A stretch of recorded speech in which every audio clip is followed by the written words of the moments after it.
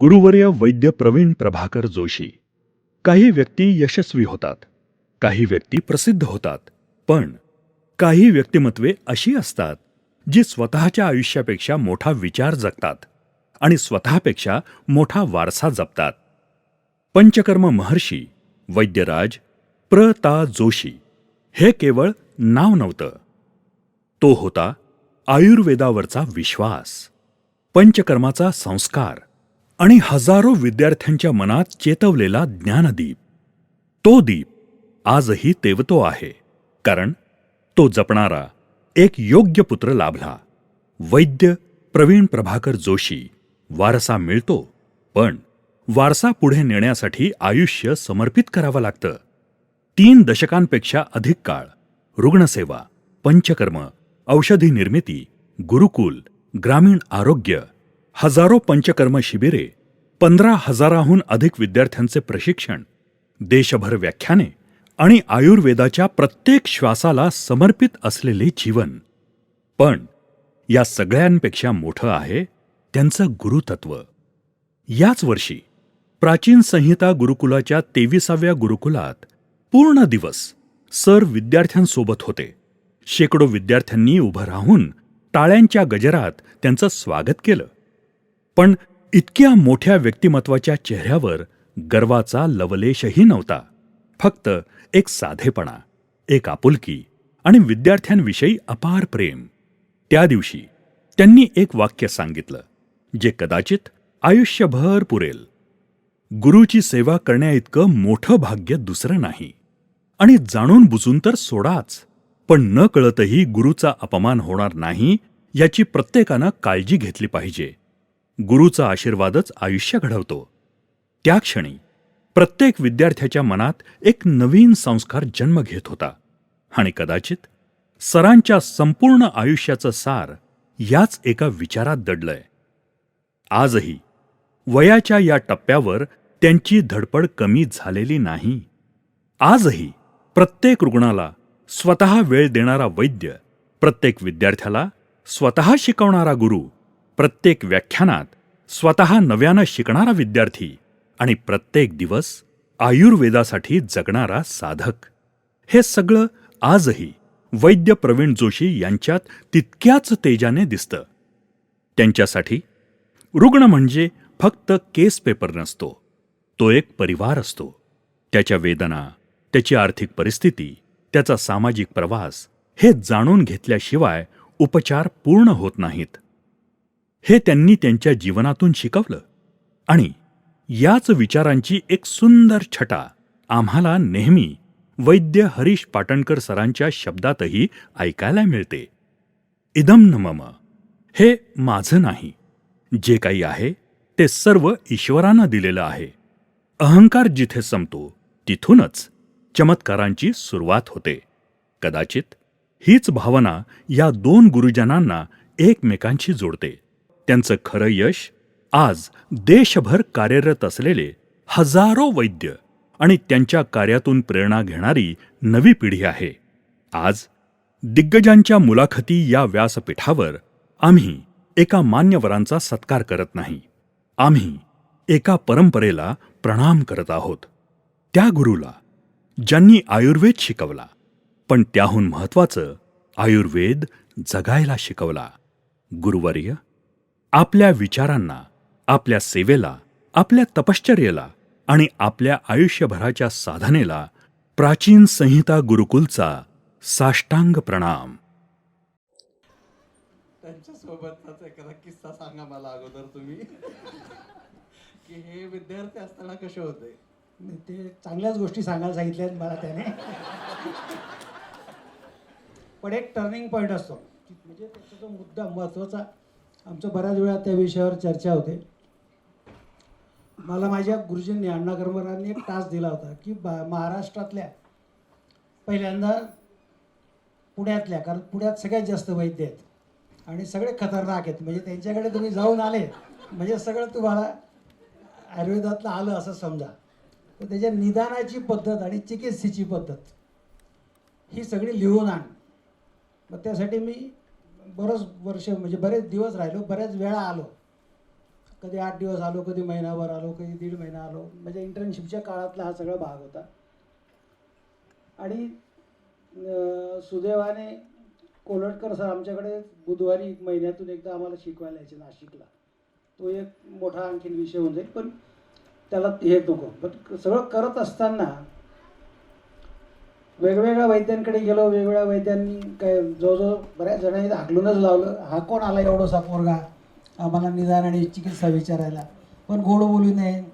तिथे मला ते शिकायला पण मिळालं की गोड कसं बोलायचं, काढून कसं घ्यायचं लोकांकडून, ते पण शिकायला. ते पुणेरी लोकांकडून काढणं म्हणजे सोपं काम नाही, पण ते जमलं.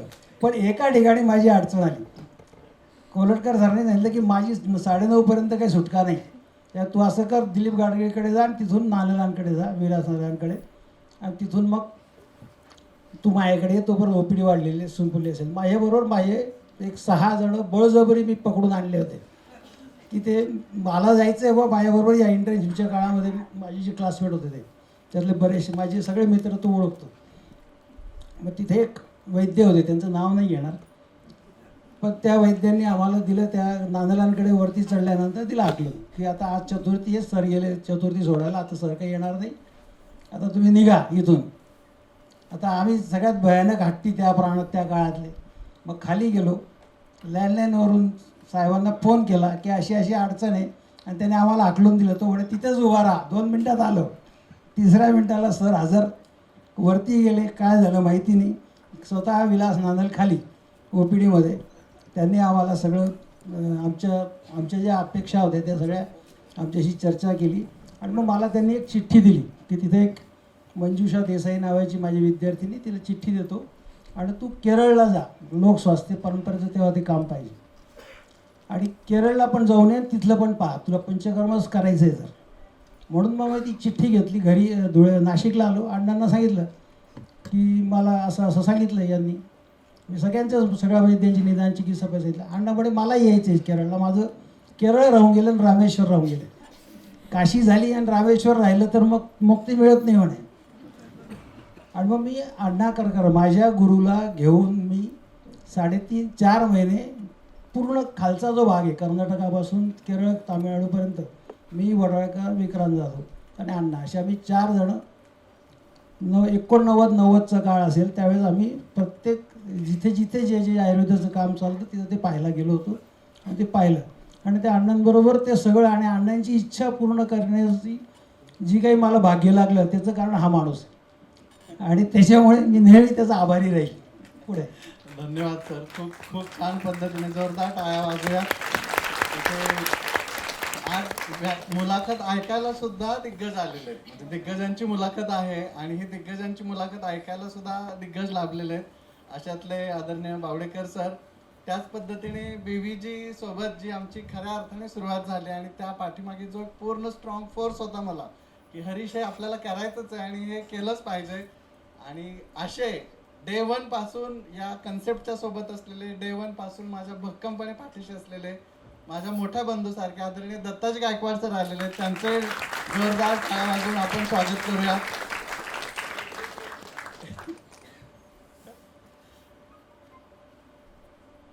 समोर दिग्गज, पुढे सगळे दिग्गज आहेत आणि भविष्यातले सर काही दिग्गज इथून घडणार आहेत. तर या विद्यार्थ्यांना आता असं बऱ्याचदा मध्ये, आता आम्ही पण गुरुकुल चालवतो, बऱ्याचदा असं वाटत असतं की सगळं सहज आणि पटकन आणि सोपं मिळावं. तुमच्या वेळीचं कसं होतं आणि आता विद्यार्थ्यांनी कसं असावं? आमच्या वेळेस सगळं आपण म्हणतो ना दर्जेदार, तसं होतं. खरं आहे ते. त्या दर्जाचे गुरु आज मिळणं खरंच कठीण आहे. म्हणजे आम्ही सुद्धा त्या, म्हणजे आम्ही तर गुरु नाहीच आहे, पण जे काही मी गुरु पाहतो ते त्या खतरनाक परिस्थितीमध्ये ते तो दर्जा कदाचित नाही राहिला, किंवा त्याच्यापेक्षा मला माहिती नसेल कदाचित त्या दर्जाचा. पण खरंच म्हणजे ते मनापासून देणारे सगळे जे गुरु होते तो एक काळ होता. आजही मी कधी येत नाही या सगळ्या भानगडींमध्ये. याच्या गुरुकुलला आलो, अजून 2-3 गुरुकुल सरांचं चालतं वगैरे. तर इथे हे जे विद्यार्थी घडवण्याची जी प्रक्रिया आहे ही आर्यस कॉलेजला होणंच शक्य नाही. आमच्या काळापासून होत नव्हती आणि नव्हती होत म्हणूनच आम्ही चांगले झालो, हे पण महत्त्वाचं आहे. चुकून कॉलेजला जास्त चांगलं शिकवलं असतं तर आम्ही एवढं फिरू शकलो नसतो, एवढं नॉलेज मिळू शकलं नसतं. तर कॉलेजच्या सगळ्या लोकांची आमच्यावर फार मोठी कृपा आहे की त्यांनी आम्हाला काही शिकवलं नाही. हे फार महत्त्वाचं आहे. आणि आत्ताचे जे लोक आहेत त्याच्यात खूप डिवोटेडली लोक आहेत, असं नाही. प्राध्यापक म्हणूनही खूप, मी पानसेचं नाव गेले, मला वाटतं गोव्याचं आमचं होतं. त्याने आयुष्यात काय कमवलं, त्याने त्याच्याकडे जे काही होतं ते सगळं विद्यार्थ्यांना दिलं. आज ते विद्यार्थी आहेत आणि म्हणून आज आयुर्वेद आहे. असे जे गुरु आहेत असे खूप जण आहेत, नावं घ्यायला गेलं तर खूप आहेत. आणि यांच्यामुळे तो आयुर्वेद टिकून आहे, यांच्यामुळे तो आयुर्वेदाचे वेगवेगळ्या पद्धतीचे विद्यार्थी टिकून आहेत. पण आजच्या काळात सुद्धा असे गुरु आहेत, त्यांच्याकडे जा, त्यांच्याकडून शिका. आणि एकापेक्षा जास्त दत्त परंपरा म्हणतात त्याला. जो गुरु जे चांगलं देईल ते घ्या, तो मार्केटिंग कसं करतो ते नका पाहत बसू. हे माझं त्यामागचं महत्त्वाचं. पुढं तुम्ही तुमची इच्छा म्हणून आयुर्वेदाला आलात का नानांची इच्छा म्हणून आयुर्वेदाला आलात? तसं काहीच सांगता येणार नाही, कारण नानांचा जो काळ होता तो फार वेगळा होता. त्या काळी नाना नगरपालिकेत नोकरीला होते आणि नगरपालिकेत नोकरीला असताना त्यांना त्यांचं जे काही काम होतं पंचकर्माची, म्हणजे ते त्याच्यात त्या ध्येयात होते पंचकर्माची. म्हणजे त्यांना पुण्यातले जे वैद्य म्हणायचे प्रता जोशी, म्हणजे पंचकर्म मधले अतिरेकी असं नानांना लोक म्हणले जायचे त्या काळामध्ये. आता लोक नाना सगळं म्हणत आहेत, पण त्या काळामध्ये नानांना अतिशय त्रासदायक सगळी गोष्टी घडलेल्या आहेत. पण मी जे आयुर्वेदाकडे आलो तो असं काही ठिकाणी ठरवून बिरवून काय आलो नाही. माझ्या बरोबरीचे तर जवळजवळ सगळे इंजिनिअरिंगलाच गेले त्या काळामध्ये. पण आमच्या घरी जी काही परंपरा होती त्याच्यामध्ये औषधी निर्माण ही आमची आई पाहिजे. मग तिला मदत करायला म्हणून मी जायला लागलो. धीरे धीरे मी शिबिर व्हायची दर रविवारी फुकट मोफत शिबिरांसाठी.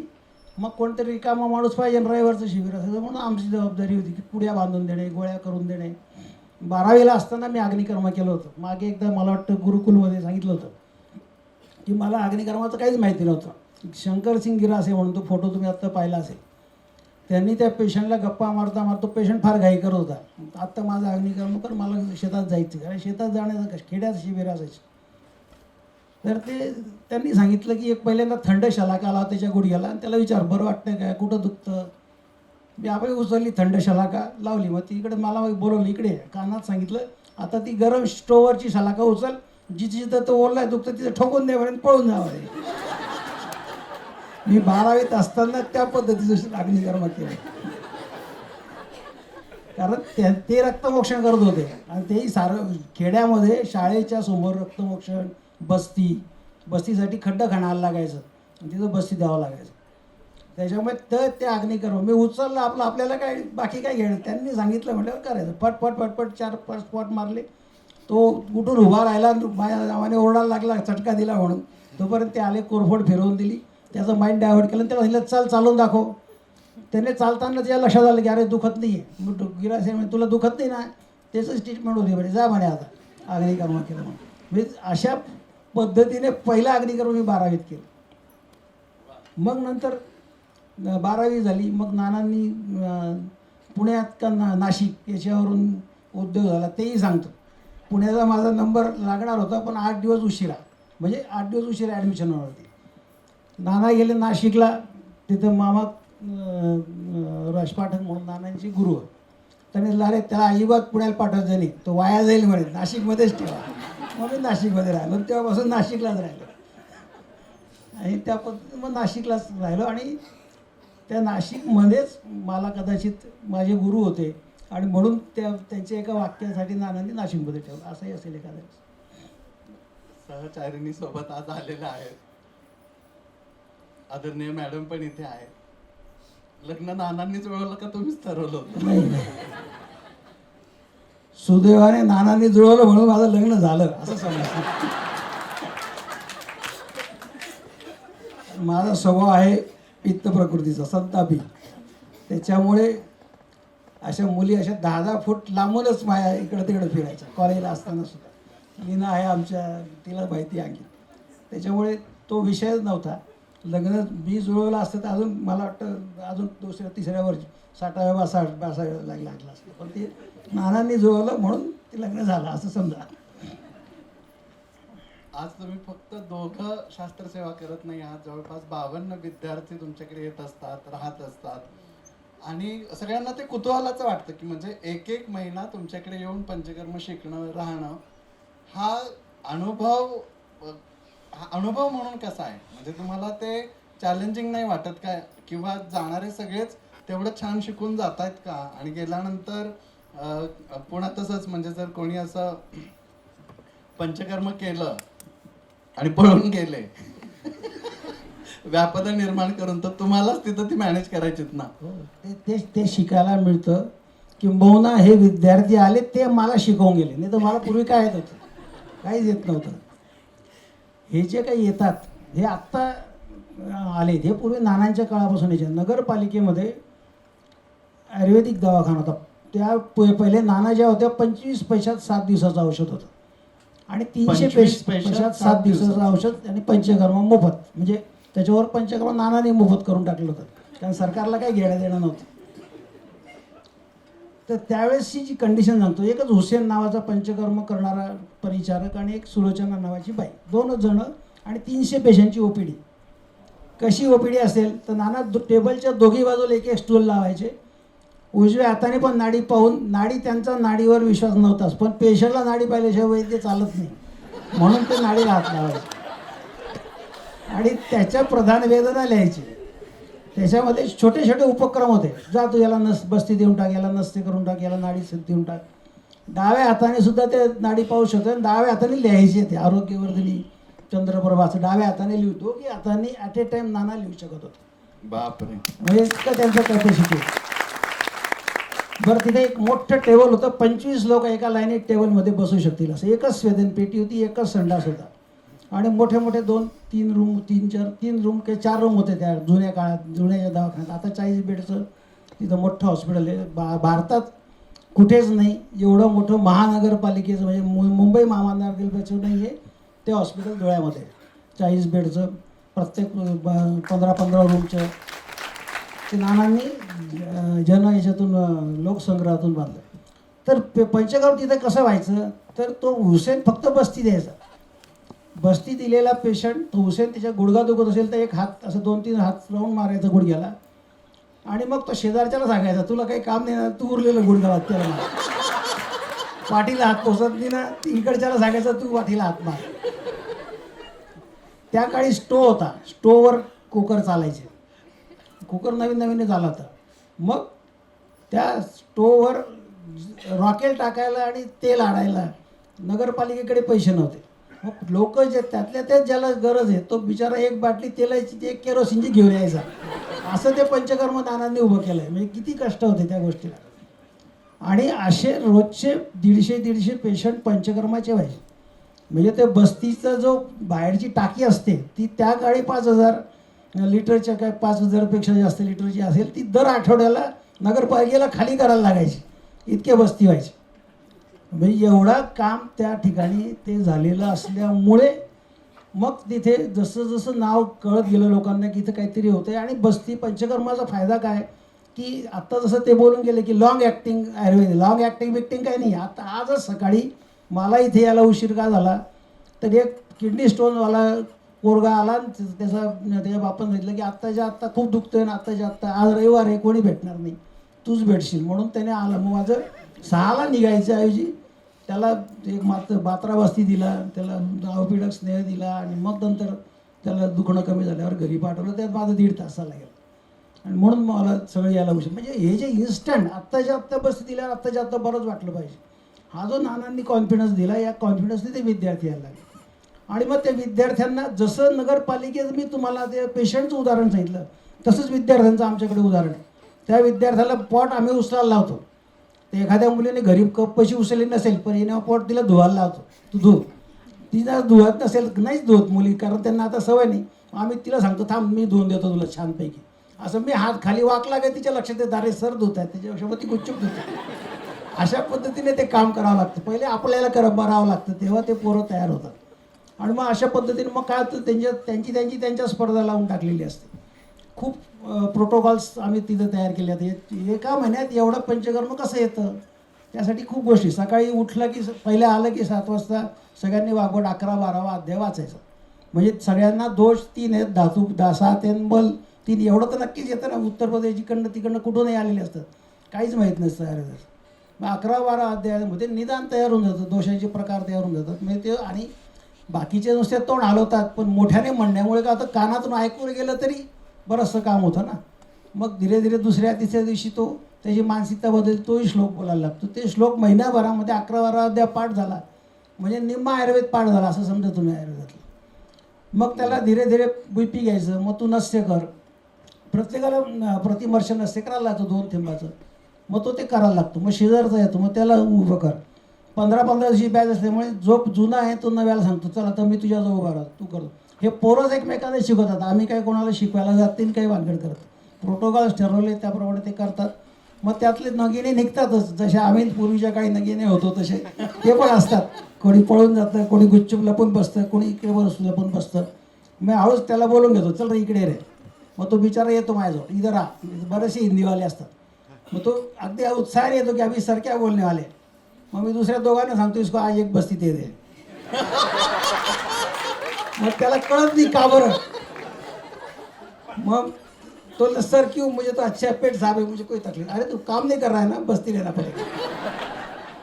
म्हणजे मग त्याच्या लक्षात येतं काम नाही केलं तर हा प्रॉब्लेम आहे, मग बस्तीपेक्षा तो गुपचूप काम करा. अशा वेगवेगळ्या टेक्निक्स वापरून वापरून ते पोरं महिन्याभरात मी सरळ करून टाकतो एकदम.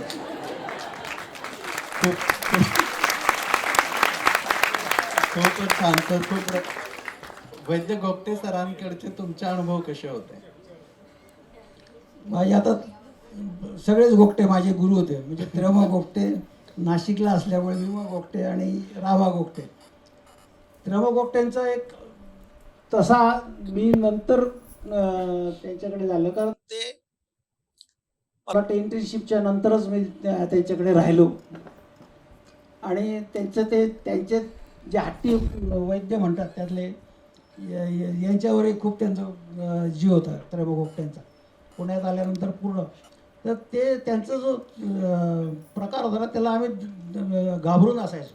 जसं आता या आल्या आल्या आम्ही घाबरलो, तसे ते गोपटे केव्हा काय सांगतील काही गॅरंटी नाही, अशा पद्धतीचं होते. पण आम्ही जेव्हा गेलो तेव्हा त्यांनी प्रॅक्टिस सोडलेली होती.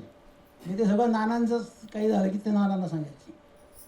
पण सुदैवाने काही काही गोष्टी, जसं याला म्हणता आयुर्वेद, हे जे पुस्तक आहे पुण्यातच खडेवाले दादांनी मोफत छापून दिलं. मीच त्यावेळेस ते सगळ्या चुका दुरुस्ती वगैरे केली. पण त्यांचं एक गमतीशीर त्यांची जी शिस्त होती, ते काही देव मानायचे नाही. आणि नाना आमचे इतके देव मानायचे, म्हणजे नानांना देवाशिवाय चालत नाही. रोज सकाळी 3:30 पासून देवाची पूजा असायची. असे गुरु शिष्य होते. तर एकदा मी आणि कीर्ती लग्न झाल्यावर त्यांनी सांगितलं की तुम्ही दोघंही आमच्याकडे या राहायला 2-3 दिवस. आता त्याची आज्ञा आणि नानांनी सांगितलं, तर त्यांनी सांगितलं जायचं. गेलो. गेल्यानंतर पोचल्यानंतर सकाळ सकाळमध्ये ते ट्रॅव्हल्सने पोचल्यावर त्यांनी पोहे झाले. आणि मग नंतर त्यांची ती बाई 9:30-10ला येणार आहे. मग त्यांनी आम्हाला सांगितलं, तू किती पोळ्या खातो? आता मी आयुष्यात पहिल्यांदा प्रश्न कोणी विचारल्याचं मला माहिती नाही. आणि तिलाही विचारलं की तिला तू किती पोळ्या खाते? म्हटलं खातो 2-3. 2-3 नाही चालणार म्हणे, नक्की 2 का 3. कारण ती बाई जी आमची येईल तिला आम्ही तेवढं सांगून तेवढं खावंच लागेल, नंतर उरलेलं चालणार नाही. असे गोपटे होते ते. अशाच पद्धतीने तुम्ही वैद्य गिरासे सरांकडे पण किंवा अण्णा करमरकर सरांकडे पण सर तुमच्या अण्णांचं एक फार सुंदर आठवण आहे. म्हणजे खाण्यावरून निघालं म्हणून सांगतो. मी सगळे रिकामे उद्योग करून काही झालं तरी 5 वाजता उठतो. जसं त्यांनी सांगितलं ना, तुम्हाला स्वतःची डिसिप्लिन तुम्हाला स्वतःचं लागलं पाहिजे. म्हणजे मी रात्री 12ला पिक्चरला जरी गेलो तरी 5 वाजता मी आजही उठतो आणि तेव्हाही उठायचो. म्हणजे जवळजवळ 85 सालापासून मी 4:30-5ला उठतो, आजही उठतो. उठलं की आंघोळ करायची. त्यावेळेसही हॉस्टेल म्हणजे खतरनाक असायची. आंघोळ म्हणजे आम्ही हौदात उभं राहायचो आणि वरून पातली अंग डोक्यावर टाकायचं. हौदात पाण्याचा हौद असतो, त्याच्यात हौदात पाणी नसायचं. त्यामुळे बादली भरायची, थंड पाणी नाशिकमध्ये ते डोक्यावर टाकायचं, अशी आंघोळ असायची. आंघोळ विंघोळ करून 6 वाजता अण्णांच्या घरी हजर असायचो. 85 पासून तर अण्णा होते तोपर्यंत मी त्यांच्याकडे सकाळीच्या वेळेस जात होतो 6 ते 7. त्याचा पहिला अनुभव सांगतो. ज्या दिवशी मी गेलो, आज जी मी ज्याच्यात अजून दुसरं कारण जे उशीर झालं की स्वानंद पंडित नावाचे नानांचे मित्र आहेत, ते तिथे आयुर्वेद कॉलेज रसशास्त्र शिकवायचे. आणि आमचे रिकामे उद्योग त्यांना चांगल्या माहिती होते की हा संतापी, चिडचिडे, मारामाऱ्या करेल, आमको करेल वगैरे वगैरे. म्हणून त्यांनी मला सांगितलं की संध्याकाळी जेवण झालं की ये. मग त्यांनी आले, संध्याकाळी 6ला गेल्यावर सांगितलं की मी अण्णा करमरकरांना फोन केला आहे की उद्यापासून तू त्यांच्याकडे सकाळच्या वेळेस जायचं आहे 6 ते 7. मला बॉम्ब पडला, कारण 6 ते 7 12वीपर्यंत, 12वीला सुद्धा मी कधी उठलो नव्हतो. तर 6 ते 7 आंघोळ पिंघोळ करून जायचं. हॉस्टेलपासून घर जवळ होतं अण्णांचं. मग दुसऱ्या दिवशी सकाळी गेलो. काही विद्यार्थिनी आणि विद्यार्थी चरक शिकत होते तिथे, आणि ते सगळं सटीक चरक चालू होतं सगळं. मी आलो, नमस्कार केला आणि पहिला नुसतं उभा राहिलो आणि सांगितलं मी पंडित सरांनी पाठवलं. अरे ये तू परताचा मुलगा का? म्हटलं हो. मग एका कोपऱ्यात उभा राहिलो, कारण ते सगळे गँग बसलेली होती, बसायला जागाच नव्हती. मग त्यांचं तेव्हा म्हणजे 6ला सांगितलं, मी आपला 6:30 पावणे 7ला कसा तरी जाऊन पोचलो होतो. मग त्यांनी सगळ्यांनी नमस्कार केले आणि 6 ते 7चा त्यांचा क्लास संपला. मग अण्णांनी मला सांगितलं की तुम्ही मला नमस्कार केलात, मी तुम्हाला आशीर्वाद देऊ शकेल. माझ्या आयुष्यातला पहिला नमस्कार मी अण्णांना केला पहिल्या दिवशी, आणि त्या दिवसापासून आयुष्यभर नमस्कार केला. रोज मला वेगवेगळे आशीर्वाद, कधी बुद्धिवान भव, त्यांना माहिती आहे बुद्धी कमी आहे, त्याला गरज आहे, कधी विद्वान भव, कधी आयुष्यमान भव, कधी काही, म्हणजे प्रत्येक वेळेस वेगवेगळा आशीर्वाद, प्रत्येक वेळेस वेगवेगळा आशीर्वाद द्यायचे. हा त्याच्यातला खूप मोठा विषय. आणि मला सकाळी 6ला भूक लागलेली असायची, म्हणून ते देवाला नैवेद्य मोठा ठेवायचे की त्यांची पूजा झालेली असायची मी यायच्या आधी. म्हणजे मग ते आले की पहिले देवाला नैवेद्य वगैरे सगळं झाला की मग गुच्चूप 1 ग्लास पाणी, आणि मग कधी खोबरं, कधी गूळ, कधी दूध, असं ते जे काही देवाला लावलेलं असेल ते तिथं ठेवून द्यायचं. 1-2 दिवस त्यांनी आधी सांगितलं हे तुझ्यासाठी नैवेद्य झालं आहे, ते पडून राहतो नैवेद्य, तू घेऊन टाक. आता त्याच्यानंतर केव्हाही ते ठेवलेलं असेल, बाकीचे 4 जण जरी असतील तर ते माझ्यासाठी आहे.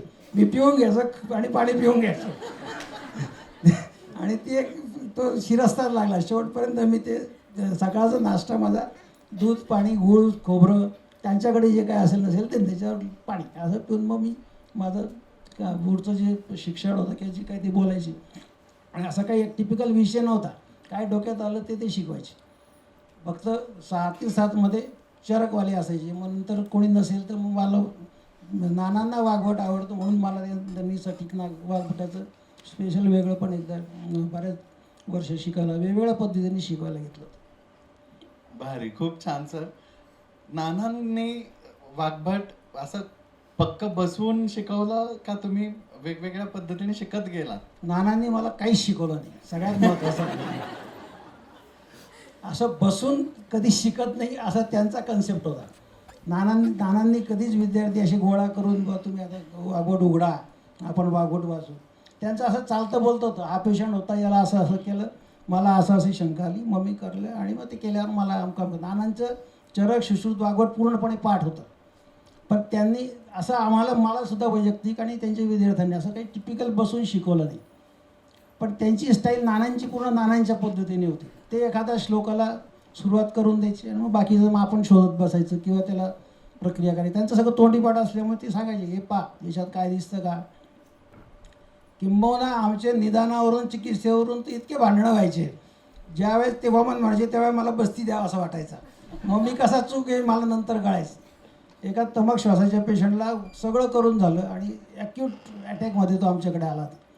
आणि सुदैवाने किंवा माझ्या दुर्दैवाने तेव्हा कस्तुरे शास्त्री त्यांच्याबरोबर फिरत होते. कस्तुरे शास्त्री नाना आले 9 वाजता OPDमध्ये, सगळं IPDत पंचकर्म वगैरे कस्तुरेंनी सगळा राऊंड मारला. आणि राऊंड मारल्यानंतर मी नानांना सांगितलं की तिथे जाण्यापेक्षा हा श्वासवाला हा त्रास देऊन आला ना, याला पाठवायला पाहिजे ॲलोपॅथीच्या डॉक्टरकडे. नाही त्याचं रक्तमोक्षण करून टाक म्हणे, तो बरा होऊन जाईल. आणि सरळ चालले गेले. आता तो सिरियस पेशंट, त्याचा जीव घाबरतो, ना तो बसू शकत ना उठू शकत, आणि ते निघून गेले. आता निघून गेल्यानंतर आम्ही त्या पेशंटच्या नातेवाईकाला सांगितलं. बरं त्या पेशंटचे नानांवर इतका विश्वास की एकदा नानाने सांगितलं म्हणजे ते ब्रह्मराक्षस, म्हणजे ब्रह्मवाक्य अजिबात तिथून आल्याचं नाही.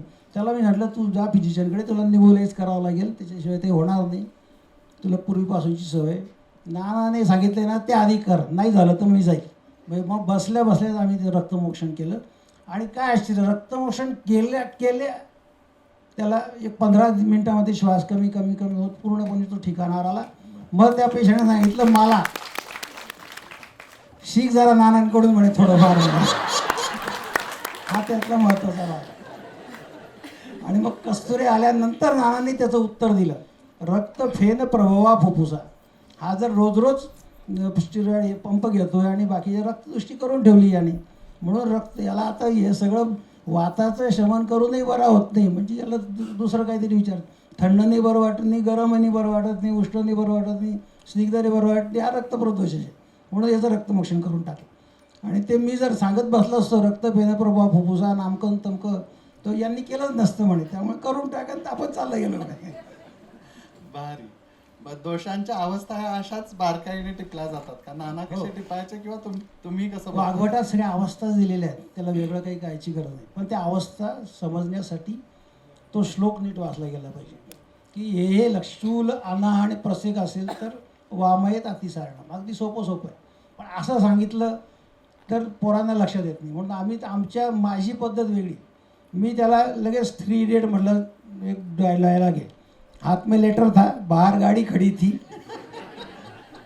म्हणजे तो जातो म्हणून तो त्याच्यातून वाचतो. तसं ते अवस्था आहे. हातात लेटर असतं, बाहेर गाडी खडी, तू बसती ते तो लगेच बरा होणार आहे, बाकी काही करायची गरज नाही. असं ते पोरांना सांगावं लागतं. तुमच्या किंवा नानांच्या वेळेतल्या असे आत्तेक चिकित्सेतले अजून एखादा किस्सा आम्हाला ऐकायला आवडेल सर. खूप आहे. तसं असं एकदम आठवून नाही सांगता येणार, पण आत्तेक चिकित्सा आता ते आमचं रोजचंच काम. आता आजचीच मी तुला केस सांगितली ना या पद्धतीची. एक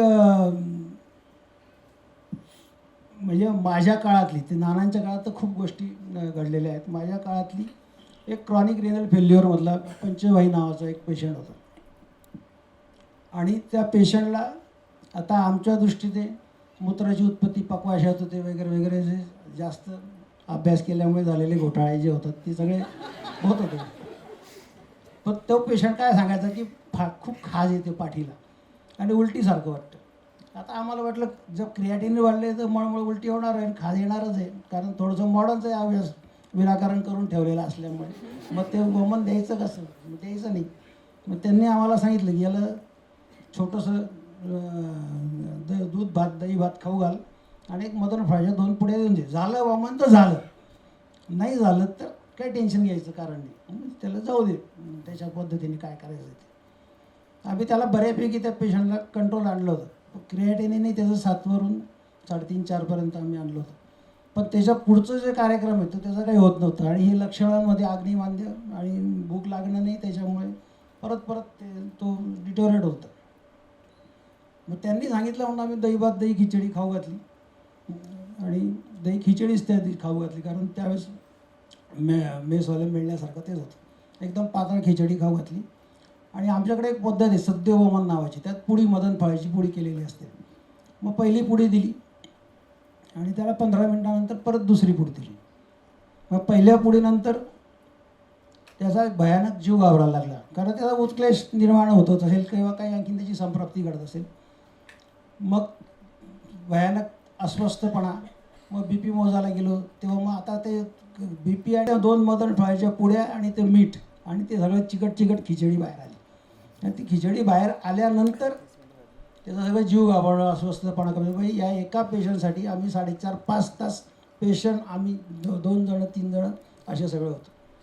आणि मग 5-6 तासानंतर धीरे धीरे तो सेटल होत गेला. आणि त्याच्यानंतर मग तो सेटल झाल्यानंतर मग परत त्याच्या डॉक्टरांची पण ॲलोपॅथीचे, म्हणजे त्याचा डायलिसिसवाला पेशंट होता. आणखीन महत्त्वाचं म्हणजे आठवड्यातून त्या काळी एकदा डायलिसिस व्हायचं, ते नाशिकला जाऊन करायला लागायचं. मग त्या वमनानंतर त्याला काही त्रासच झाला आणि म्हणून इन्व्हेस्टिगेशन मलाच हे होती, म्हणून मी म्हटलं चल तपासून टाक. तर ते वमनानंतर क्रिएटिनिन आणखीन कमी झालं, 2च्या आत आलं. आणि त्यांचे क्रायटेरिया आहेत की 2.5 2च्या आत आलं तर मग डायलिसिस काही करायची गरज नाही वगैरे वगैरे या पद्धतीने. मग तिथल्या धुळ्यातल्याच फिजिशियन सांगितलं की तू आता थांब, तुला जर काही त्रास नाही. आणि मग त्यावेळेस कळलं की नुसतं बस्ती, नुसतं अभ्यंग, नानांचे कन्सेप्ट होते काही की Serum creatinine muscle skill dead झाल्यानंतर तयार होतात. मग अभ्यंगम आचरित नाही, ते जरा म्हणजे म्हातारपण सेल डेड होणार नाही म्हणून अभ्यंग, बस्ती आणि हे वमन. म्हणजे मी तोपर्यंत वमन कधी दिलं नव्हतं, पण तो पहिला वमनाचा एकदम जीव घाबरवण्यासारखा तो पेशंट होता. असे पंचकर्म करत असताना बरेच यंत्र किंवा उपक्रम किंवा काही औषधी कल्प सुद्धा आपल्याला स्वतःला बनवले असतील तर आपला एक वेगळा कॉन्फिडन्स त्याच्यावरती असतो. तर आपल्याकडे त्या पद्धतीने काय काय त्याच्यावरती प्रकाश टाकाल? आम्ही पंचकर्म व्यापदाची एक किटच करून ठेवली आहे, की ज्या किटमध्ये आता आम्हाला अनुभव यायला लागले ना, कुठले कुठले व्यापक विद्वान वैद्य जे आलेले ते करू शकतात. कोणी चटका देतं, मग त्याचं शतक होतो, घृतवर्णाचं रोपण, शुद्ध वर्णाची चिकित्सा, अशा वमनाचे व्यापक, विरेचनाचे व्यापक, बस्तीचे व्यापक, त्याच्यासाठी एक टिपिकल किटच केलेलं आहे. ते पण आम्ही त्यांना शिकवतो की इमर्जन्सी आली तुम्ही काय करायचं. आम्ही आमच्या प्रॅक्टिसमध्ये ऑल इज वेल म्हणत म्हणत केलं, मग आता तुम्हाला पाळी यायला नको म्हणून मग त्या पद्धतीने ते एक किट केलेलं आहे. त्यानंतर ती अवस्था पाहून मग त्याला त्या पद्धतीने शेड्यूल करायचं. छोटे छोटे कल्प त्याच्यामध्ये केलेत. इथे जे विद्यार्थी येतात ते कुठलेही विद्यार्थी म्हटलं की तो माकडासारखा असतो, त्याला काम पाहिजे. मग सकाळी 7 पासून रात्री 9 वाजेपर्यंत काम पाहिजे. तर मग मदन फळाचे कल्प म्हणजे मदन फळ सिद्ध दूध केलं आहे, मदन फळ सिद्ध घृत केलं आहे, मदन फळ सिद्ध खीर केली आहे, मदन फळ सिद्ध दही केलं आहे, मदन फळ सिद्ध तूप केलं आहे. हे सगळं तयार करून मी सायन कॉलेजला जाऊन दाखवून आलो. असे वेगवेगळे कल्प केले जातात. त्याचे त्या कल्पांचे त्या पोरांवर त्यांच्यावरच आमच्याकडे कन्सेप्ट आहे की ज्या विद्यार्थी शिकायला आला आहे त्याने कमीत कमी बस्ती घेतलाच पाहिजे आणि जर कफप्रधान अवस्था असेल तर वमन केलंच पाहिजे. म्हणजे तो उलटी करताना बोट कुठे घालायचं तोंडामध्ये त्याला कळलं नाही, तो लोकांचं काय करणार आहे. आता मागच्याच बॅचला एका मुलीला तिचा हात धरून तिच्या घाशात टाकावा लागला तेव्हा तिचे वेग आले, कारण ते पडजीवेला कुठं मृदुमेही दाणे नभी म्हणजे नक्की काय हे प्रॅक्टिकली स्वतः बोट घातल्याशिवाय नाही कळत. ते प्रॅक्टिकल सगळं पंचकर्म प्रॅक्टिकल ओरिएंटेड काम. बस्ती स्वतः घेतल्याशिवाय प्रसन्न आत्मेंद्रिय मना हा सुश्रुत का म्हणतो आणि त्या आत्म्याला आत्मा म्हणजे शरीर आहे सुश्रुतानुसार, तर ते बस्ती घेतल्यावरच कळतं प्रसन्न आत्मा कसा असतो. प्रत्येक वैद्याने पंचकर्म ही केलीच पाहिजेत, पण आजकाल आता सर पंचकर्म महाग होत चालली आणि पंचकर्माच्या आता वेलनेस सेंटर्स मध्ये पण रूपांतर होत चालली.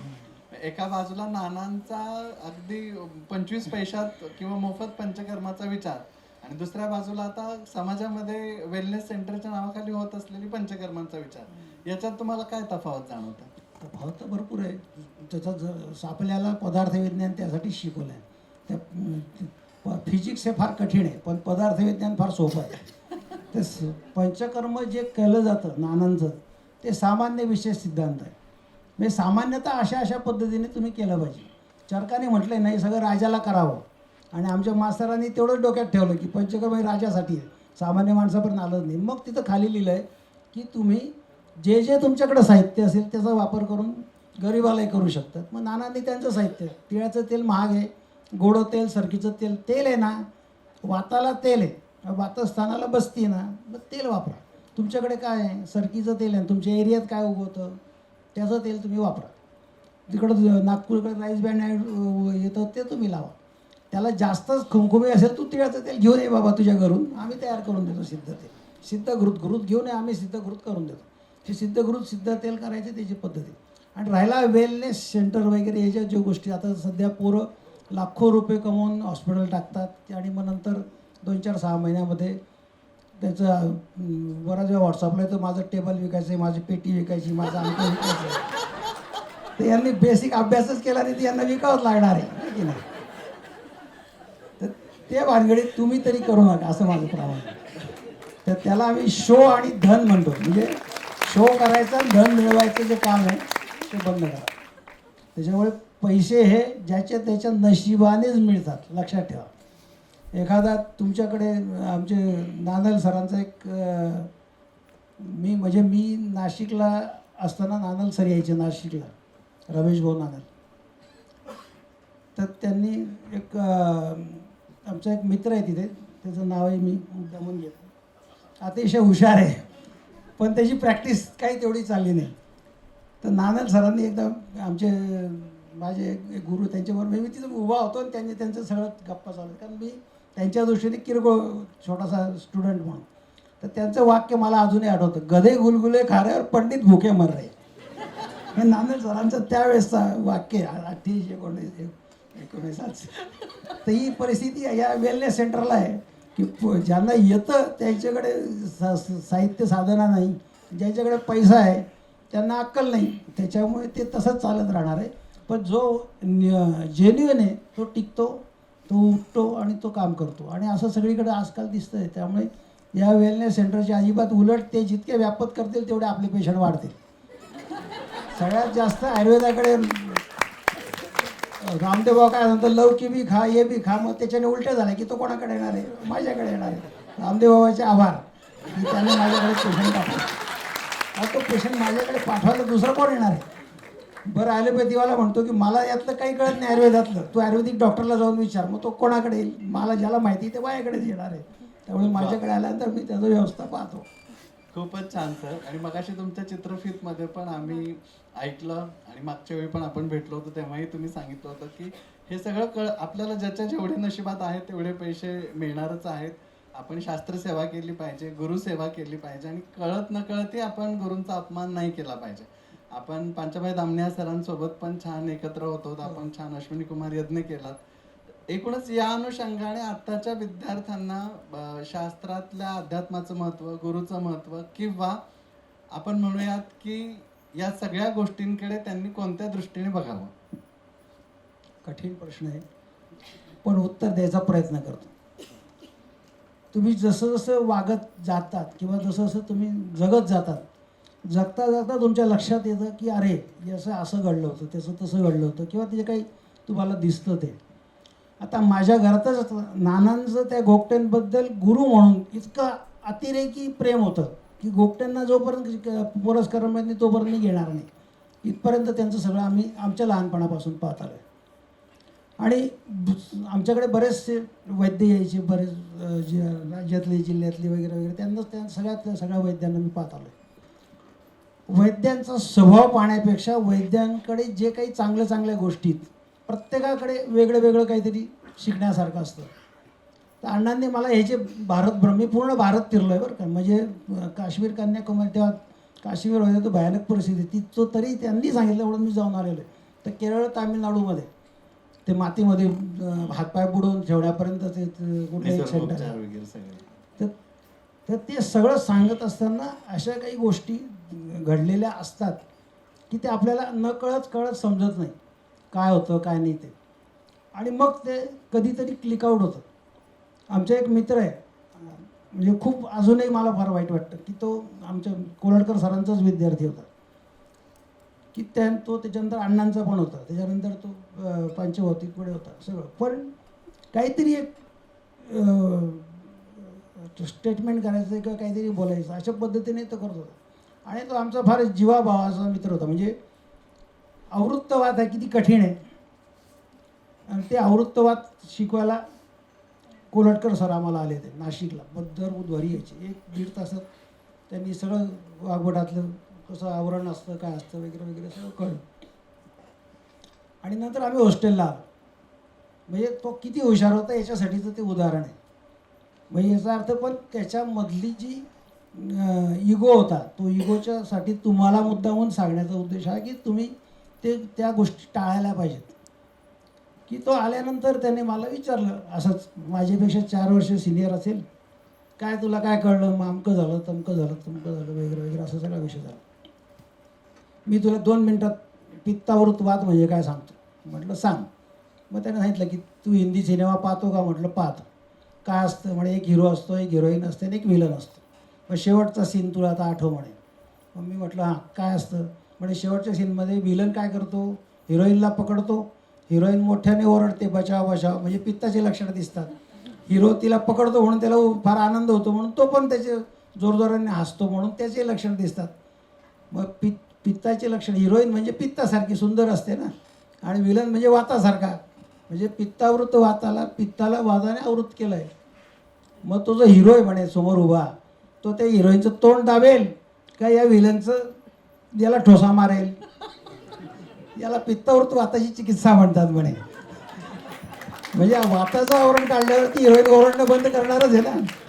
इतका त्याला नॉलेज होतं, इतका त्याचा अभ्यास होता, पण फक्त गुरुची टिंगल केल्यामुळे आजही आहे जगामध्ये, पण कुठलंच यश मिळालं नाही. म्हणून ह्याच्या कन्सेप्ट आहेत त्याच्यात एक नेहमी आमचे नाना सांगायचे की चिकित्सेचे ज्या प्रोसिजर्स असतात किंवा प्रॅक्टिसमध्ये जो कन्सेप्ट होता त्यांचा कन्सेप्ट होता क्वचित धर्मा, क्वचित मैत्री, क्वचित अर्था, क्वचित यशा, कर्माभ्यासा, क्वचित चेती, चिकित्सा नास्ति निष्फला. ही चिकित्सा कधीच निष्फळ होत नाही. क्वचित धर्मा, क्वचित चेती, क्वचित अर्था, क्वचित यशा. याच्यात तुम्हाला तुमचं पोटबीट सगळं भरणार आहे अशी व्यवस्था लावून दिलेली आहे.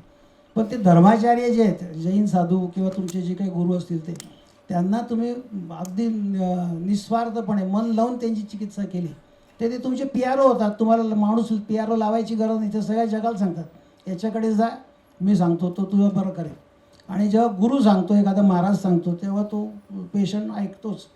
क्वचित मैत्री, 10वी 12वी 15वीतलं 11वीतला मित्र असेल, क्लासमेट, आणि तो जर तुमच्याकडे आला आणि तुम्ही सांगितलं नाही नाही माझी 200 रुपये फी आहे, तो फी देईल, पण बाहेर गेल्यावर सांगेल 12वीला तर याला काही येत नव्हतं माझ्यापेक्षा, आहे की, आणि आता 200 रुपये घेतो माझ्याकडून. त्याच्यापेक्षा क्वचित मैत्री, फुकट औषध, मग तो तुमचा PRO होतो. माझा मित्र आयुर्वेदाचार्य आहे, त्याच्याकडे चल मी तुला घेऊन जातो. मग मागून नंबर लावून तो औषध घेऊन त्या पेशंटला आणायचं काम. क्वचित अर्थ, पैसे पाहिजेच आहे, आणि ते नशिबानुसार मिळणार तसे मिळणार नाही. क्वचित यशा, माहिती हा पेशंट पैसे नाही, सगळं कॅन्सरचं सगळं पैसे खर्च करून आला आहे, कशाला पैसे मागा. त्याला प्रयत्न करा, प्रयत्न केले तर त्या लोकांना दिसतं आजूबाजूच्या की अरे हा प्रयत्न करतोय, कदाचित तो त्यातून बाहेर येतो त्या आजारातून. मग ते लोक सांगतात की आमका होता, याला यांनी औषध दिलं होतं ना, हा पूर्ण बरा झाला आणि आता गावभर फिरतोय.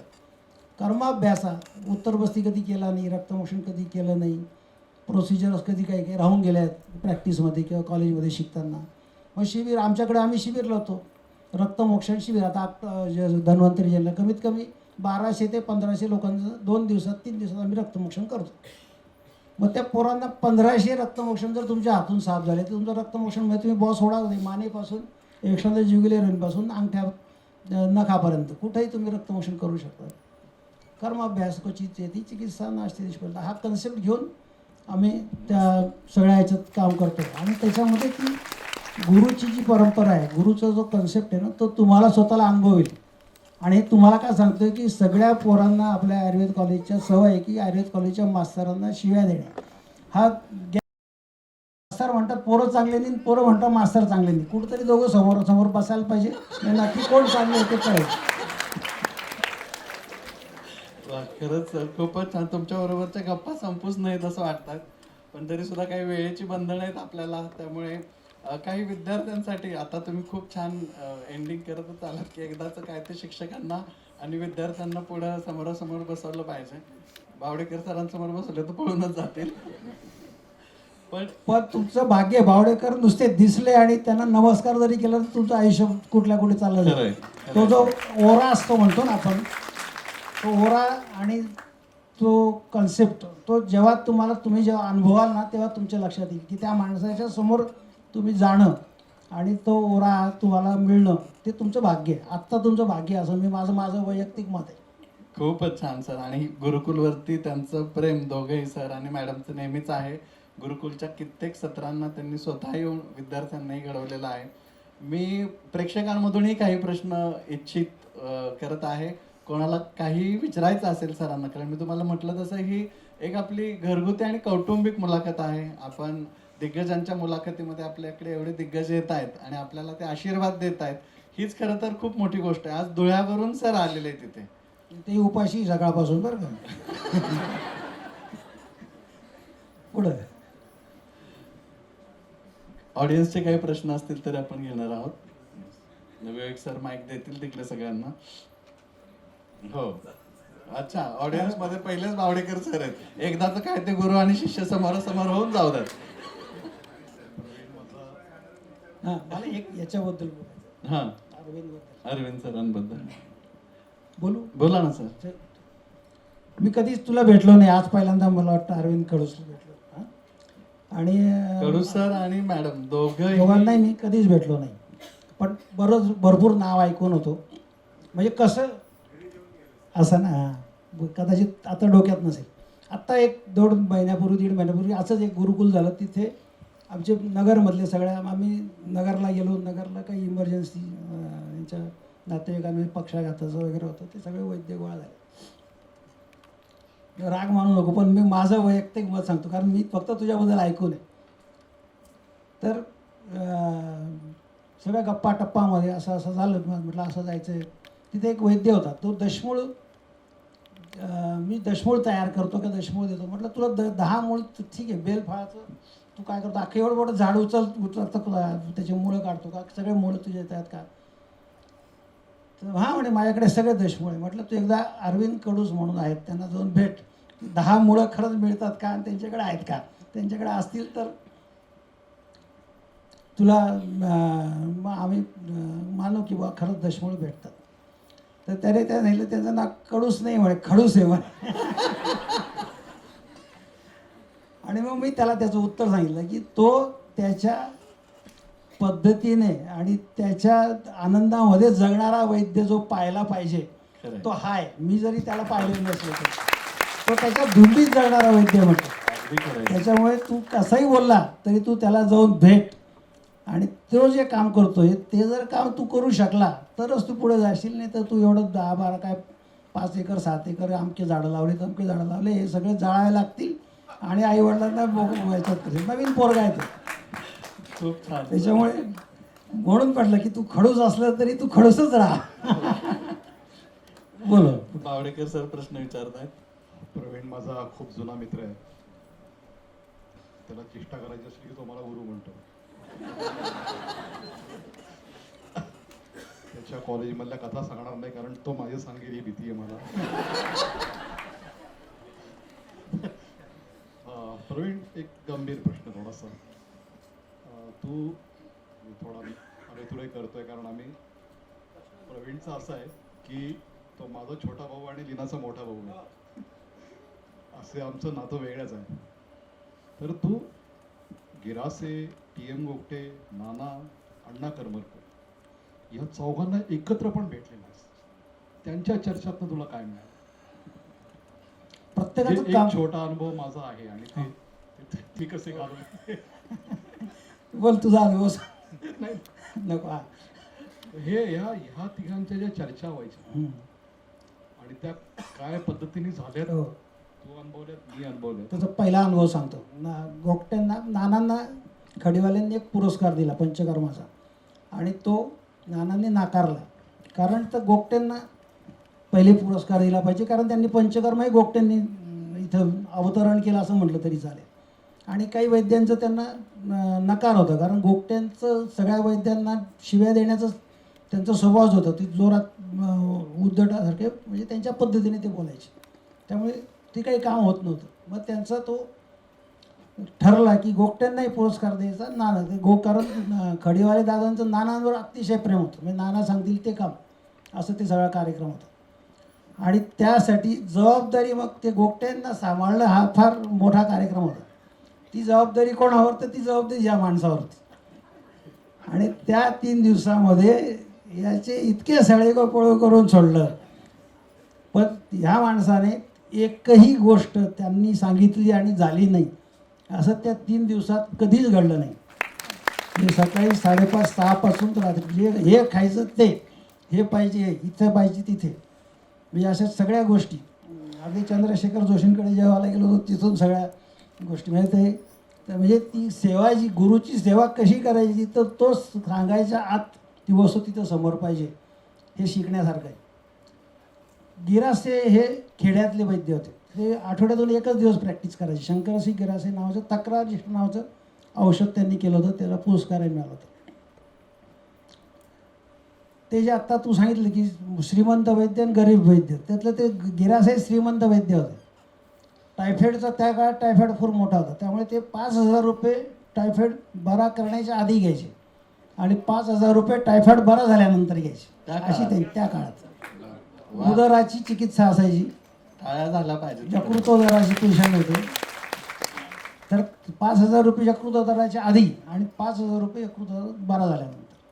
या दरम्यान उरलेले दिवस काय करायचे, तर फक्त वाघवट वाचणे, गायी होत्या भरपूर, त्याच्यापासून ताक आणि सिद्ध घृत करणे, तूप करणे. आणि ते वाघोड वाचताना मग त्यांना तसे ते नागपूरकडून शिकलेले असल्यामुळे बऱ्याचशा गोष्टी समजायच्या नाही. मग धुळ्याला यायचं, नाना हे काय रे, ते उलटं सुलटं लिहून ठेवलेलं आहे, ते वाघोट्याला काही कळत नाही, सांग.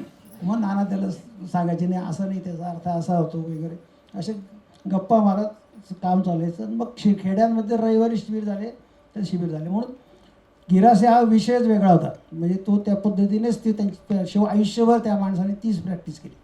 भरपूर श्रीमंत, भरपूर शेती आणि भरपूर गोष्टी होत्या. आणि पंचकर्माची प्रॅक्टिससुद्धा अशीच होती. विरेचन पण ते देणार तर तू माझ्या इथेच बसायचं घरी विरेचनासाठी, माझ्या घरी, त्यांच्या घरी सगळं कार्यक्रम विरेचनाचा झाला की संध्याकाळी 4 वाजता तो पेशंट ते सोडणार. उरलेल्या वेळामध्ये काही रक्तमोषण करायचं असेल तर तो गुरुवार सोडून बाकी वारी आला तर मग ते बाकीचे उपक्रम करणार, किंवा धुळ्याला नगरपालिकेत तू आमकामकं जाऊन तिथं करून. अशा पद्धतीचे ते होते. सगळं कोणीही वैद्य येऊ, गिरासे त्यांना जेवायला बोलवणार, पुरणपोळी कंपल्सरी खाऊ घालणार आणि उठण्याच्या अगोदर त्याला सांगणार, म्हण अन्नदाता सुखी भव, असं म्हटल्याशिवाय उठू देणार नाही, असा तो माणूस होता. त्याच्यामुळे त्याची गोष्टच वेगळी होती. नानांचं आपलं साधं सुद्धा सगळं नगरपालिकेचं मी तुम्हाला सांगितलं या पद्धतीचं होतं. नानांनी आयुष्यात कधी कोणाला रागवलेलं मी पाहिलं नाही. मला सुद्धा कधी मारलेलंही पाहिलं नाही आणि रागवलेलं, उलट मीच नानांवर असंख्य वेळा रागवलं असेल तर असेल, सांगता येत नाही.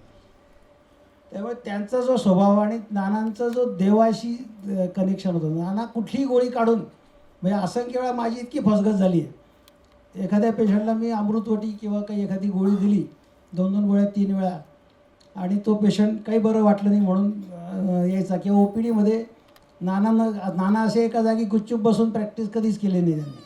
त्यामुळे OPD चालू आहे, 50 पेशंट बसलेले आहेत, आम्ही आपले प्रधान वेदना लिहितो आहे, दोष दुष्य समोरच्यांना काय आहे, दोष स्थान अवस्था, लगेच तिकडून आवाज येतो, नाना आले, सगळे 50 पेशंट इकडून तिकडे गायब.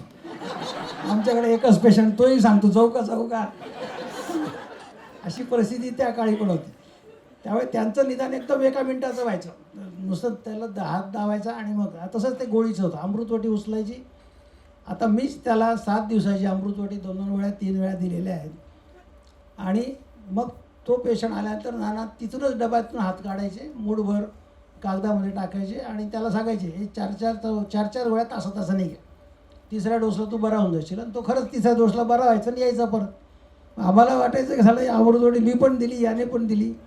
मग आमचे भांडणं व्हायचे त्याच्यावरून. ते सांगायचे, अरे त्याच्या पोटामध्ये ट्रकभर माल आहे आणि तू 2-2 गोळ्या त्याच्या अंगावर फेकतोय, त्या तुझ्या जिभेच्या खाली पण जाणार नाही म्हणे 2 गोळ्या. एक तर त्याला म्हणून ते नानांच्या डोक्यात होतं, प्रभू ते शोधनम, तू 4-4 गोळ्या दिल्याशिवाय, ते तासाने दिल्याशिवाय 5व्या डोसला तर तो संडासलाच जाणार आहे ना. मग जुलाब झाल्यावर त्याच्या शरीरात रास कशाला राहील. म्हणून तो आला की संडास झाल्यावर नाना फार बरं वाटलं, हे त्याचं वाक्य आहे म्हणे.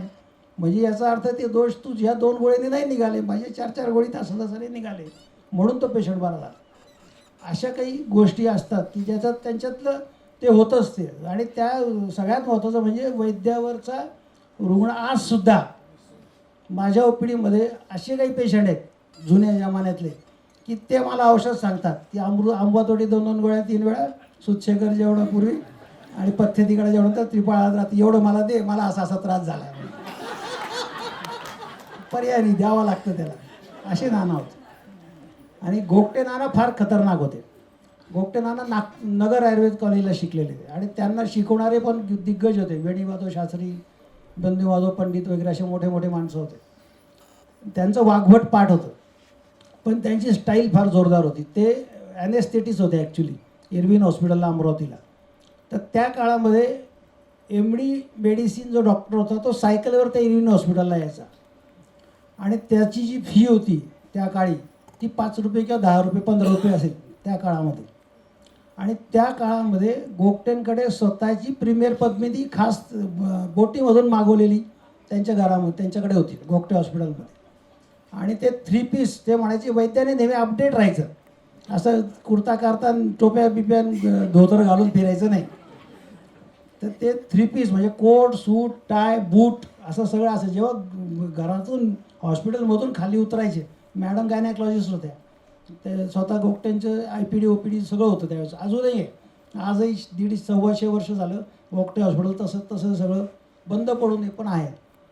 मग ते आल्यानंतर त्यांचा तो अनंतराव तायडे नावाचा ड्रायव्हर होता, तो दरवाजा खोलायचा. गोगट्यांनी स्वतःहून कधी दरवाजा नाही खोलला. ते पुढच्या याच्यावर बसायचे, मग तो दरवाजा बंद करायचा, मग तो फिरून यायचा, गाडी चालवायचा. इरविन हॉस्पिटलच्या दरवाजासमोर गोगटे गाडी उभी करायची. ड्रायव्हर परत फिरून येणार, दरवाजा उघडणार, मग हे चालत चालत त्यांच्या रूममध्ये जाणार, मग ड्रेस बदलणार, मग ॲनेस्थेशिया देणार. हे सगळं कार्यक्रम ते का करायचे, ते हे डॉक्टर लोक वैद्याला कमी लेखतात म्हणून ते म्हणायचे, माझ्याकडे गाडी तुझ्याकडे आहे का, नाही आहे, माझ्याकडे पैसे तुझ्याकडे पैसे आहेत का, भरपूर पैसे त्या काळात त्यांनी कमवले. आणि ते पंचकर्म इथं मुंबईला सुद्धा ते ट्रेनने यायचे, त्यावेळेसही त्यांची अशी सगळी.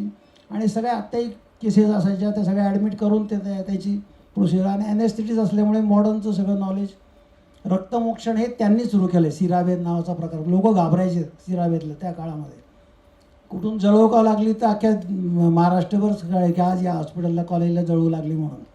तर त्या काळातलं त्यांचं जे योगदान आहे, बमनाला घाबरायचं नाही हे गोगट्यांनी शिकवलं, रक्तमोक्षणाला घाबरायचं नाही हे रक्तमोक्षण असं केलं. ह्या आत्याही चिकित्सा आहे. रक्तमोक्षण ही तुरंत सद्य राग रुजा क्षमा आहे.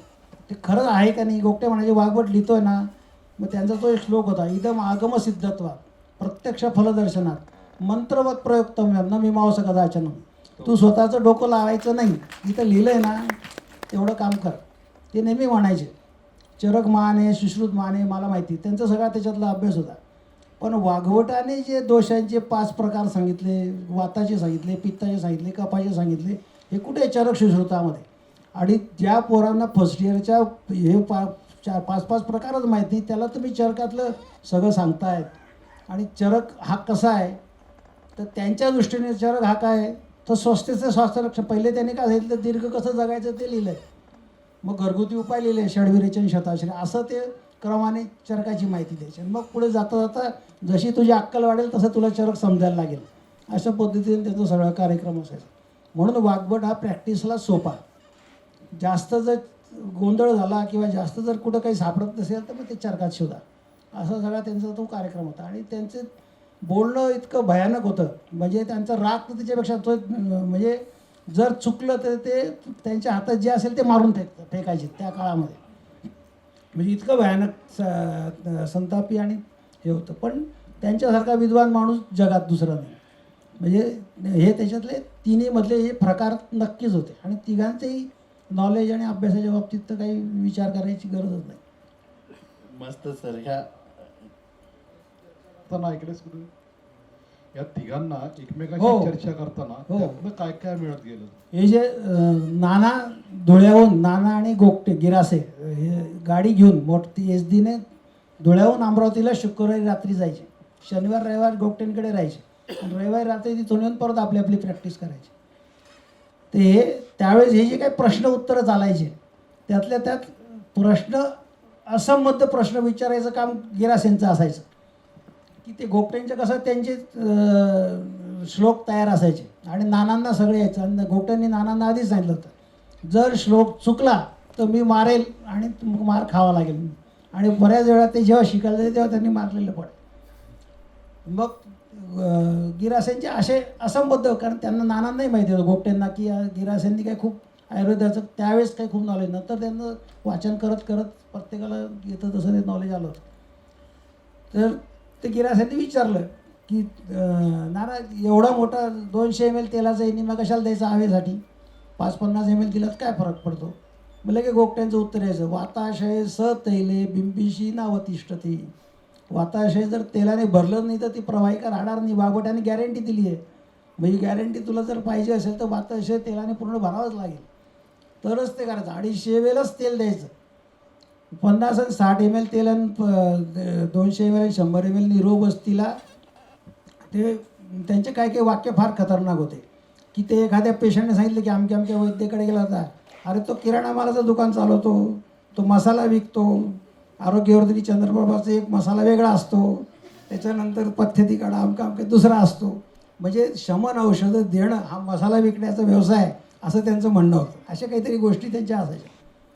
त्याच्यात त्यांच्या ज्या कन्सेप्ट होत्या ना त्याच्यामध्ये गोगटेंचं वैशिष्ट्य काय होतं ते म्हणतात, आता पेशंट आला आहे ना, आता तू काय करू शकतो, आत्ता आलेला क्रिया कालम ना हापैत हा शब्द त्यांच्या डोक्यात कंपल्सरी होता की आत्ता आलाय ना, तुम्ही काय करतात, आता तू 7 दिवसाचं औषध घे, मग पंचकर्माला ये, मग आपण तुझं तो पण अवस्था निघून जाते, त्याला मळमळ होते, तत्र उत्कृष्टे समुत्कृष्टे कफे प्राय चले मले, आणि तो सकाळी मळमळ करण्यासाठी तुमच्याकडे आलाय, तुला काय करायचं आहे, मीठ पाणी पाजायचं आहे. आता तेच मिठाचं पाणी पिऊन बोट घालून उलटी केल्यानंतर धुळ्याला तो पेशंट बरं नाना बरं वाटतं येतो असं म्हणायचा, आणि गोगटे म्हणायचे चल 500 रुपये काढ, उलटी झाली ना तुला. हा फरक होता. ते लवण जेल टाकलं का काय याच्याशी काय घेणं नाही, तुला उलटी झाली ना चल माझ्याकडे पैसे काढ. हा फरक त्याच्यामध्ये होता. आणि त्याच्यात त्यांनी सांगितलं की मी जर तुला आत्ता बरं करतोय, आणि तो ॲलोपॅथी, त्यांना त्या ॲलोपॅथीच्या डॉक्टरांबद्दलही खूप राग असायचा की अरे यांना, मला तर आयुर्वेदाचं येतं, आधुनिक शास्त्राचं येतं, यांना कुठे आयुर्वेदाचं काही येतं, मग यांना बोलायला अधिकार नाही, असा त्यांचा तो सगळा कन्सेप्ट होता. या पद्धतीने त्यांचे पेशंट जे नानांचं एक पुस्तक आहे जनता जनार्दनाच्या बुकातून, त्यांनी हजारो पेशंटकडून लिहून घेतलं होतं की मी अमकं तुला ट्रीटमेंट, मी तुला काय त्रास होता आणि तुला मी ट्रीटमेंट दिल्यानंतर कसं बरं वाटलं हे तुझ्या भाषेत लिहून पाठव. आणि ते सगळे पत्र त्यांनी गोळा केले होते. त्याच्यातून ते एक पुस्तक तयार झालं जनता जनार्दनाचं. त्या पुस्तकाच्या खाली लिहिलं आहे या पेशंटमध्ये अवस्था काय होती, आणि मग नंतर त्या अवस्थेनुसार त्याला संप्राप्ती भंग करणारी शोधन काय होतं, आणि मग शमन काय दिलं असेल ना, काय असेल नसेल ते, याला जनता जनार्दन असं ते पुस्तक नंतर शिवानंद तोंडे म्हणून आहे नाशिकचं, त्याने ते तयार केलं. तर हा जो कन्सेप्ट आहे, हा कन्सेप्ट ते बऱ्याच वेळा गोगटे नानांकडून सांगायचा, आणि तोच नानांकडे. आता एखादी नवीन संहिता लिहिली पाहिजे असं वाटतंय का आत्ताच्या विद्यार्थ्यांना बघून? असं काही सांगता येणार नाही, अगदी संहिता लिहिली पाहिजे असं काही नाही आहे. कारण वाघवटकुळे संहिता आहे, चरक संहिता आहे, सुश्रुत संहिता आहे. कारण संहिता का, तर त्याने त्या क्रमाने लावून दिलं म्हणून ती चक्रपाणी, आपलं चक्रपाणी म्हणण्यापेक्षाही अग्निवेश हे कृत्य तंत्र आहे ना, अग्निवेशाची कुठं संहिता होती. त्याने जे काही विचारलं त्याच्याही खूप, आमच्या अण्णा करमरकरांना खूप कथा सांगायची. वाघभट कसा होता, अग्निवेश कृत्यतंत्रे, चरका प्रतिसंस्कृते, दृढबल संपूर्ते, यांच्या कथा असायच्या. आम्ही कथा ऐकत ऐकत चरक शिशु वाघवट वाचलेले लोक आहोत, त्याच्यामुळे कदाचित आम्हाला ते जास्त चांगलं समजलं असेल. मग वाघवट कसा होता, त्याचं हॉस्पिटल कसं होतं, 15व्या अध्याय जे चरकाने दिले त्याप्रमाणे मग कसे माणसं होते, मग त्याची शेती कशी होती, लोक कसे ॲडमिट व्हायचे, मग अष्टांग आयुर्वेद कसा होता, असं. मग अग्निवेशाने त्यांना आत्रेयांना प्रश्न विचारले.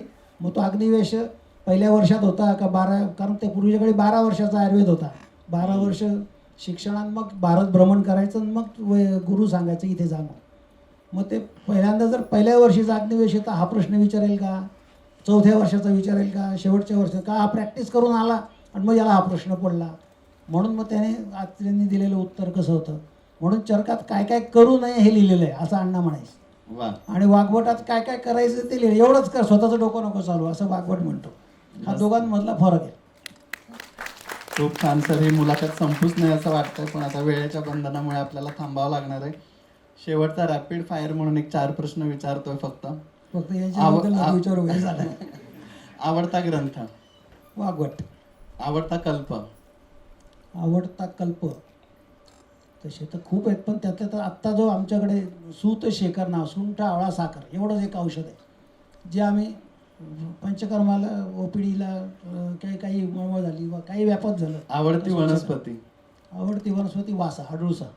आवडतं पंचकर्म, बस्ती. धन्यवाद सर. खूप खूप छान दिग्गजांच्या मुलाखती या सदरात. दुसऱ्या सेशनमध्ये आदरणीय वैद्य प्रवीण जोशी सरांची मुलाखत घेण्याचं भाग्य मला लाभलं, आणि ते समोर सगळे दिग्गज बसलेले असताना त्याबद्दल मी खरंच स्वतःला कृतज्ञ समजतोय सर की तुम्ही सगळेजण एवढे भरभरून यावर्षी तुमचं प्रेम गुरुकुलवरती मिळालेलं आहे. प्रत्येक वेळी तुम्ही वेळ काढून आलेला आहात, त्याबद्दल तुमचं मनापासून आभार. एक गुरुकुलच्या विद्यार्थ्यांच्या वतीने एक छोटीशी एक गोष्ट आहे जे आम्ही करू इच्छितो प्राचीन संहिता गुरुकुलच्या मार्फत. एक फक्त मला राहिलंय म्हणून सांगतो. आज मी सकाळी निघालो, पंडित म्हणून आम्हाला रसशास्त्राला शिकवायला सर होते, ज्यांनी मला अण्णांकडे पाठवलं ते उदाहरण आलं. तर त्यांना आता गुरुपौर्णिमा आहे 29 तारखेला, आमच्याकडे फार मोठा कार्यक्रम असतो. तर म्हटलं नानांचे सगळे शिष्य येतात, आपण गुरुपौर्णिमा करतो, आपल्या गुरुकडे तरी भेटावं, आपल्या गुरुला. म्हणून त्यांना मी फोन केला काल, मी नाहीच केला घाबरून, कीर्तीनेच फोन केला की सर आम्ही उद्या येऊ का तुम्हाला भेटायला. तर ते म्हणे अरे वा वा या म्हणून. मग त्यांचं सारखं आम्ही येतो तोपर्यंत आमच्याकडे लक्ष होतं. आणि मग त्यांनी आता जो 80 वर्षाचे सर आहेत आणि मॅडमही 1-2 वर्ष मागे पुढे अशा असतील. तर त्यांनी म्हटलं रस्त्यात काही खायचं नाही, आमच्याकडे यायचं, इडली सांबार खायचा. मग त्यांच्या पद्धतीने त्यांच्या स्पीडने ते सगळं आम्ही आज त्यांच्याकडे ते इडली सांबार खाल्ला. आणि त्यांना इतकं म्हणजे त्या गुरुला म्हणजे मला इतकं जाणवलं की त्या सरांना मी येण्याचा इतका भयानक आनंद होता. मला यायची इथे घाई होती कारण मला 3 वाजता इथे पोचत होतं, यांच्याकडे जायचं होतं. पण त्यांनी मला उठू दिलं नाही. मला पूर्ण त्यांना जे काय ऐकवायचं होतं सगळं ऐकून झाल्यानंतर हळूच मग मी त्यांना एक म्हटलं सर 5 वाजता कार्यक्रम सुरू होईल, 4 वाजता मला पोचावं लागेल. मग त्यांनी लगेच गणित पाहिलं, अरे अरे अरे उशीर हो गेला. मग काय करतो आता म्हटलं सर मी निघू का, जा म्हणे पण परत उद्या परवा परत ये म्हणे. म्हटलं बरं सर नक्की आहे. म्हणजे ही जी गुरुची आपल्याबद्दलची जी भावना असते ना ती, हा येतोय हे सुद्धा त्यांना जे वाटणं जे आहे ना ते तुमच्यामध्ये आलं पाहिजे. तुमच्या गुरुला असं वाटलं पाहिजे की अरे हा माझा विद्यार्थी मला भेटायला येतोय. म्हणजे मग ते काम फार चांगलं होईल. म्हणजे माझा आजचा तो सगळ्यात म्हणजे मी आज इथे येऊन जे कमवलं ते सगळं त्या सरांबरोबर 1 तास बसून जे कमवलं ते कमवलं. खूप छान सर. आमचे सरही म्हणायचे आपल्याला आपल्यापेक्षा जास्त जर काही मिळत असेल तर आपल्यावरती गुरुकृपा किंवा सद्गुरु कृपा आहे हे आपण नेहमी लक्षात ठेवलं पाहिजे. सर आपण आलात, आम्हाला वेळ दिलात, खूप खूप धन्यवाद सर.